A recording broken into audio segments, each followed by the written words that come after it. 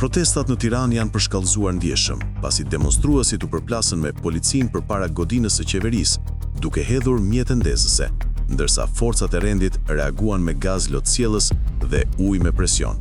Mes thirrjeve më të forta ishte kërkesa për largimin e kryeministrit Edi Rama dhe dorëheqjen e qeverisë, e akuzuar për korrupsion.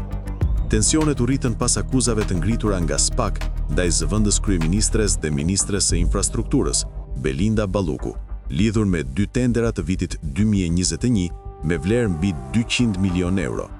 Ajo dyshohet se ka ndikuar në procedurat për të favorizuar kompani të caktuara, akuza që veti ka mohuar, ndërsa ka marrë mbështetjen e plot të kryeministrit. Ky zhvillim vjen në një moment të ndjeshëm për vendin, pasi Shqipëria synon integrimin në Bashkimin Evropian deri në vitin 2030.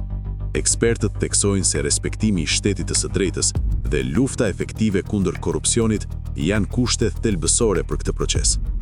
Ndërkohë qeveria mbron qëndrimin e saj, duke deklaruar se ka bërë përparime të rëndësishme në reformat dhe në luftën kundër korrupsionit.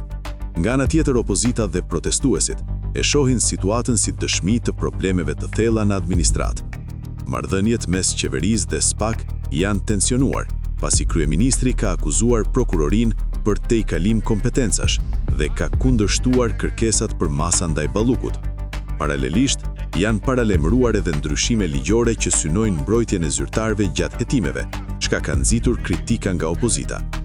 Bashkimi Evropian po ndjek nga afër situatën, duke theksuar se besimi te drejtësia dhe lufta efektive kundër korrupsionit mbeten kyçe për rrugën e Shqipërisë drejt antarësimit.